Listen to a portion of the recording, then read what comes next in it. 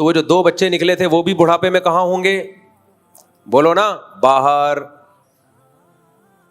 اور آپ بڈھا بڈھی یہاں پہ 1000 گز کے بنگلے میں ایک دوسرے کا منہ تک رہے ہوگے، ایک دوسرے کا منہ تک رہے ہو. قرآن کے الفاظ کیا ہیں؟ وَبَنِينَ شُهُودًا، اللہ کہتے ہیں میں نے انسان پر احسان کیا. وَبَنِينَ شُهُودًا، اسے بیٹے دیے حاضر رہنے والے. بیٹے دیے، بولو نا کیا ہو گیا میرے بھائی؟ حاضر رہنے والے. بیٹا جب رونق ہوتا ہے جب وہ آپ کے، یار جملہ کمپلیٹ کیا کرو نا، ہمیں بھی تو گرمی لگ رہی ہے نا. میرا مقصد بیان ہوتا ہی نہیں ہے، میرا مقصد تو آپ کو موٹیویٹ کرنا ہے. میرے جو خالصتاً علمی بیان ہے وہ میرے چینل پہ آپ اسپیچز پہ تفسیر کے لیکچر سن لیں. آپ لوگ کہتے ہیں نا مفتی صاحب آپ ایک آیت پڑھتے ہیں اور دائیں بائیں چلے جاتے ہیں، تو میرے تفسیر کے لیکچر ہیں مفتی طارق مسعود اسپیچز میں، پلے لسٹ میں آپ جائیں گے، اس میں A to Z پورا قرآن ہے. صرف ایک پارہ رہ گیا، وہ بھی انشاءاللہ بھی کمپلیٹ ہو جائے گا. 29 پارے ہو چکے ہیں. 40 منٹ کے 560 یا 61-62 تقریباً لیکچرز ریکارڈ کیے میں نے. وہ خالصتاً قرآن کی ٹو دا پوائنٹ تفسیر ہے. سمجھتے ہو؟ اس میں کسی سے یہ نہیں کہتا کہ فل ان دا بلینکس یہاں یا نہ میں جواب دیں. وہ ٹو دا پوائنٹ قرآن کی تفسیر ہے. وہ 40 منٹ میں پیش کرتا ہوں. تو جس کو قرآن پورے طور پہ سمجھنا ہے وہ لیکچر سنے. یہ جو مجلس ہوتی ہے جمعہ اور اتوار کی، یہ علمی کم اور اس میں موٹیویشن کا عنصر زیادہ. تھوڑی سی بات ہے لیکن اس پہ موٹیویٹ کرنا ہے، عمل پہ لانا ہے. تو عمل پہ لانے کے لیے پان گٹکے کی مثالیں بھی آئیں گی اور واقعات بھی آئیں گے اور تھوڑا بہت طنز و مزاح بھی ہوگا تاکہ آپ بور نہ ہو. تو یہ سب کچھ چلتا ہے. مجمع کو بٹھا کے رکھنا ہے نا. میں ایسے افلاطون بن کے یہاں بیان شروع کر دوں آپ سارے سو جاؤ تو یہ موٹیویشن تھوڑی ہے. ابا بات سمجھا رہے ہیں اور بیٹا سو جائے خراٹے لے کے، تو اس کا مطلب فالٹ کس میں ہے؟ ابا میں. پتہ ہی نہیں چل رہا یہ نصیحت کر رہے ہیں یا لوری سنا رہے ہیں. تو یہ اسپیکر کا کام ہوتا ہے کہ وہ جب نصیحت کرے، لوگوں کو کسی عمل پہ ابھارنے کی کوشش کرے، تو اس کا اسٹائل ایسا ہونا چاہیے کہ لوگ انگیج رہیں اس کے ساتھ، تاکہ لوگوں کا جو ٹائم ہے وہ ضائع نہ ہو. اس میں میرا ٹائم اتنا ضائع نہیں ہوگا، آپ کا زیادہ ضائع ہوگا. ہاں تو ہم یہ عرض کر رہے تھے کہ ہم نے جو ابھی مثال دے رہے تھے نا آپ کو کہ یہ جو بیچاری فنکارہ کا انتقال ہو گیا، اور تو کیا ہے یہ باہر ملکوں میں یہی تو ہو رہا ہے، خاندانی نظام کی ایسی کی تیسی. تو ایک بچہ باہر امریکہ گیا ہوا ہے، ایک کہاں گیا ہوا ہے؟ UK گیا ہوا ہے. بوڑھے ماں باپ اکیلے. لوگ کہتے ہیں وہاں بلا لیتے ہیں، بلا کے بھی بیچارے کیا حال ہوتا ہے یار، وہ بات تھوڑی ہوتی ہے. وہ چلے بھی جبھی جاتے ہیں جب ان کا یہاں کچھ ہوتا نہیں ہے، ورنہ بوڑھا کہاں جائے گا اپنے خاندان کو چھوڑ کر، اپنی جگہوں کو چھوڑ کر. تو اس لیے جو شریعت ہے نا اس کو فالو کرو، اسلام کو فالو کرو، اور توکل کس پہ کرو؟ بولو اللہ. کیونکہ جہاں زیادہ بچوں کی شادیوں کی بات آئے گی فوراً سوال ہوگا کھلائیں گے کہاں سے؟ بھائی مہنگائی کا دور ہے بھائی، صرف پیدا ہی نہیں کرنا ہوتا، پالنا بھی ہوتا ہے. تو کون کہہ رہا ہے کہ پالنا نہیں ہے؟ ایک مثال دے کے بس آگے چلتا ہوں. میں اصل بیان کی طرف آتا ہوں، یعنی اصل بیان سے ہٹتا ہوں، اصل بیان کی طرف آتا ہوں. تو دیکھو لوگ یہ کہتے ہیں کہ اتنے بچے ان کو پالیں گے کیسے، ہم ان کی تربیت نہیں ہو پائے گی.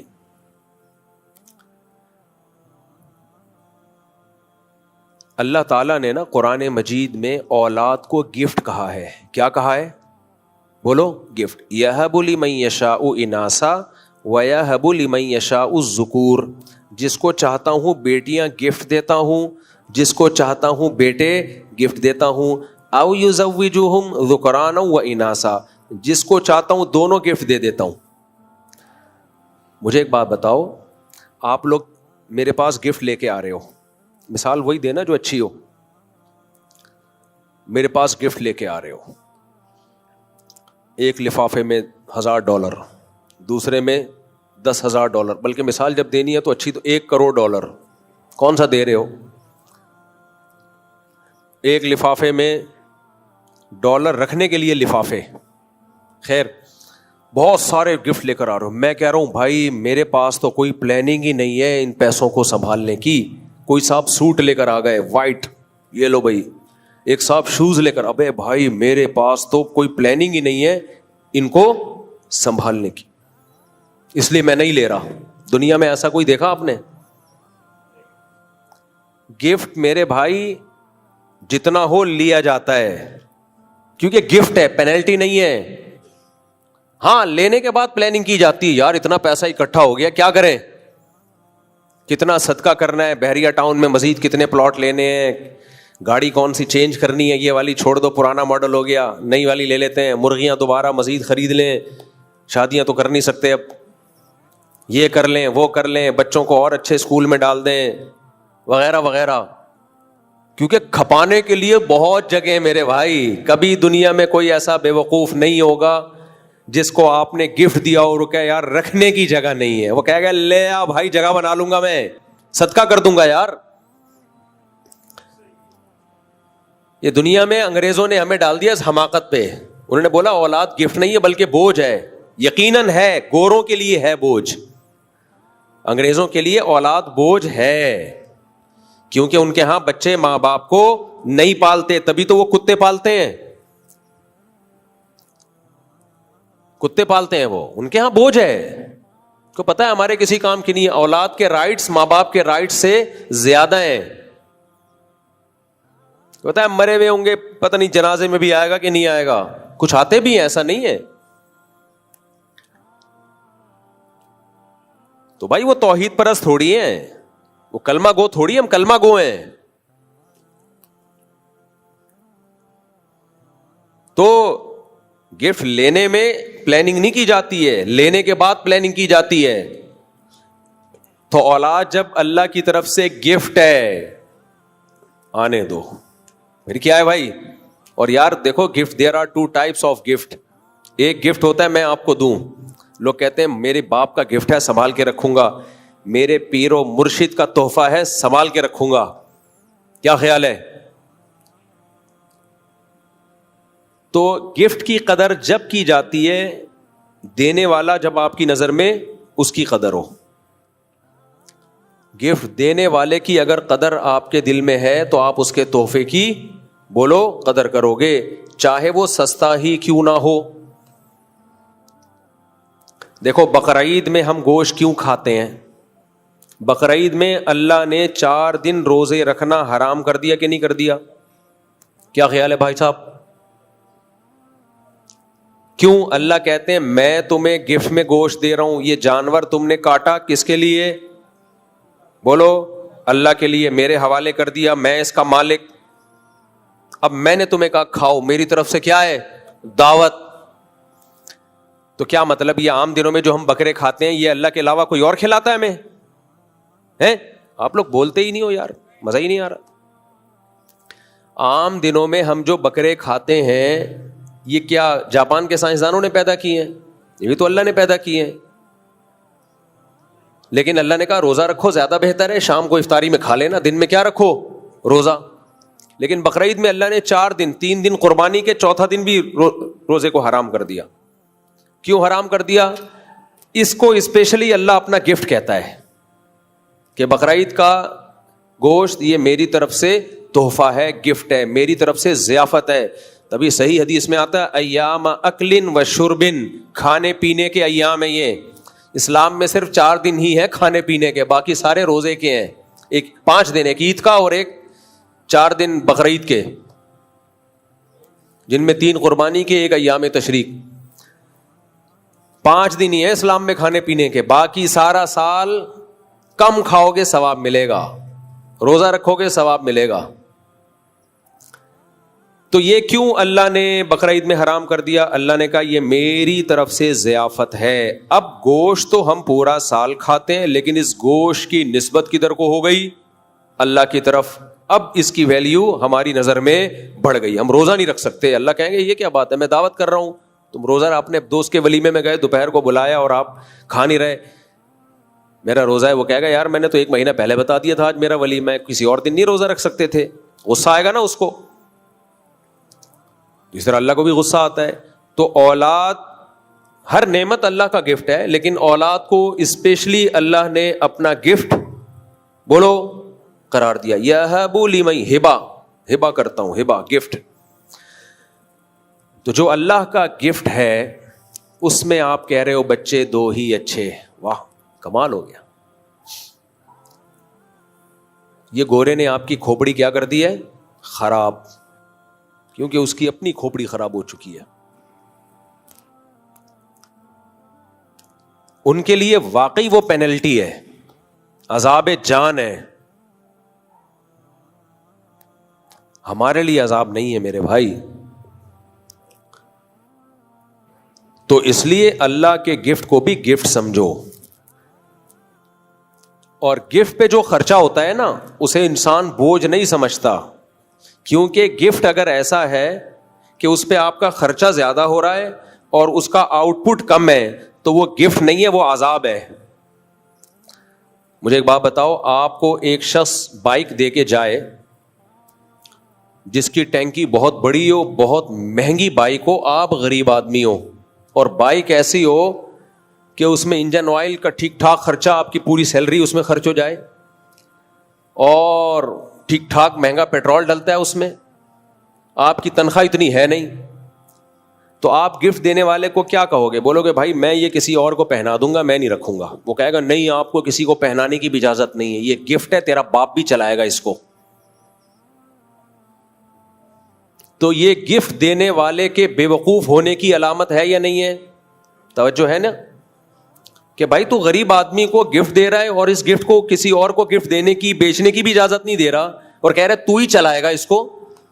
تو کمبخت جب تو نے اس کو اتنا مہنگا گفٹ دیا کہ اس میں ڈیزل, پیٹرول اور انجن آئل اور اس کی سروس اس کی تنخواہ سے 10 گنا زیادہ ہے, تو یا تو اس کی تنخواہ بڑھوا یا اس کے خرچے بھی دے, بائک کے جتنے بھی ایکسپینسز ہیں وہ سمیت دے, اس کی ٹیوننگ, اس کی سروس, اس کی پیٹرول, وہ سارا تیرے پیٹرول پمپ سے ہوگا, پھر تو ہم اس کو گفٹ مانیں گے, ادروائز یہ گفٹ نہیں ہے, یہ عذاب ہے. اللہ اولاد کو گفٹ قرار دیتا ہے, مالداروں کے لیے بھی اور غریبوں کے لیے بھی. یہ عجیب بات ہے, اللہ غریب کو اولاد دے اور کہے میرا گفٹ ہے, میرا تحفہ ہے, اتنا بڑا تحفہ کہ 2 بکرے کاٹ, گنجائش نہیں ہے تو ویسی کھانا کھلا دے لوگوں کو. اور پھر اللہ کہہ رہا ہے کہ اس کے خرچے اس کے آؤٹ پٹ سے زیادہ ہیں, تو یہ گفٹ نہیں ہے, پھر یہ کیا ہے؟ عذاب ہے. تو پھر یہ قرآن غلط ہو جائے گا میرے بھائی, پھر تو قرآن غلط ہو جائے گا, معاذ اللہ, اللہ غلط ہو جائے گا. اللہ کہے گا اللہ تو غریب کو بچہ دے رہا ہے لیکن مہنگائی کے دور میں دے رہا ہے تو اس کو, اور پھر اس غریب کا اتنا خرچہ کرا رہے اس بچے کے اوپر اور اس کا آؤٹ پٹ کچھ بھی نہیں ہے, اس کے ایکسپینسز اس کی انکم سے زیادہ ہیں, تو پھر یہ یا تو گفٹ نہیں ہے, یہ عذاب جان ہے, یا تیرا مطلب پھر کچھ اور ہے. تو اللہ کہے گا میرا مطلب کچھ اور نہیں ہے, میرا مطلب گفٹ کا گفٹ ہی ہوتا ہے, تحفے کا تحفہ ہی ہوتا ہے. لیکن اس کے ایکسپینسز جب عذاب جان بنتے, جب میں ایکسپینسز کی ذمہ داری لیے بغیر یہ گفٹ دیتا, میں یہ گاڑی اور بائک اس کو دے رہا ہوں, یہ کمپنی دے رہی ہے, اس کا سارا خرچہ کس کے ذمہ ہے؟ کمپنی کے ذمہ ہے. اس لیے اللہ نے کہا نحن نرزقکم وإیاہم, اولاد مت قتل کرو, نہ روکو, اس لیے کہ ہم بھی اس کو روزی دیں گے, اس کو بھی دیں گے اور تمہیں بھی دیں گے. سمجھ میں نہیں آ رہی بات؟ کسی لبرل سیکولر کی سمجھ میں نہ آئے تو سمجھ میں آتا ہے, جمعہ پڑھنے آتے ہو پھر بھی سمجھ میں نہیں آتا تو پھر اپنی عقل کا علاج کراؤ, کیونکہ جمعہ کیوں پڑھنے آئے ہو؟ پیسے ملتے ہیں یہاں پہ, کیا ملتا ہے بھائی یہاں پہ؟ پسینے کے علاوہ فی الحال کچھ بھی نہیں ملتا. اس لیے آتے ہو, اللہ نے بولا ہے بھائی, جب اللہ کی بات پہ بغیر دیکھے ایمان لا رہے ہو اور جمعہ پڑھنے آ رہے ہو, تو جس اللہ نے جمعے کو فرض قرار دیا ہے اسی اللہ نے بولا ہے کہ رزق کی تنگی سے اولاد کو مت روکو. تو وہاں اللہ کی بات سمجھ میں کیوں نہیں آ رہی؟ یہ ہو سکتا ہے اللہ وہاں غلط بول رہا ہو, یہاں ٹھیک بول رہا ہو, یا تو میرے بھائی اللہ معاذ اللہ نقل کفر نباشت غلط بول رہا ہے, تو پھر ہر جگہ غلط بول رہا ہے وہ, پھر جمعہ بھی چھوڑ دو آپ. سیکولر لبرل لوگ, ایتھیس لوگ, وہ جمعہ نہیں پڑھتے, وہ کچھ بھی نہیں کرتے, نہ مندر جاتے ہیں, نہ چرچ جاتے ہیں, نہ جمعہ پڑھتے ہیں, نہ عبادت کرتے ہیں, وہ کہتے ہیں اللہ ہے ہی نہیں.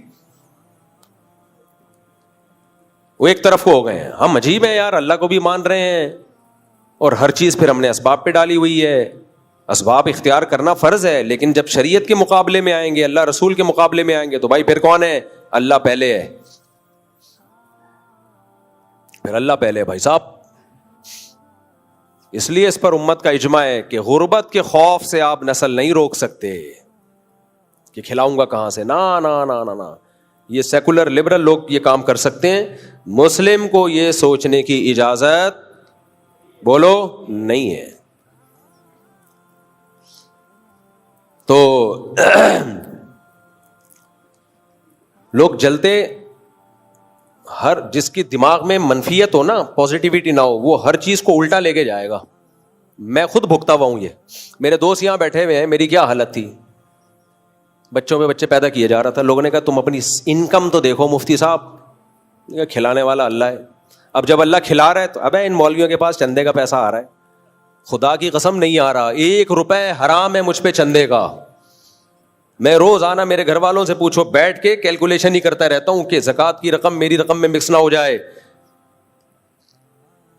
یہ فلاں کل کتنی بڑی رقموں کا حساب لکھ کے روزانہ وصیت اپڈیٹ کرتا ہوں, روزانہ ڈیلی, کہ میں مر گیا تو لاکر سے پیسے نکلے تو فلاں فلاں کے ہیں, یہ میرے اس میں اتنے, باقی فلاں کے ہیں, 1 روپے مکس نہ ہو جائے.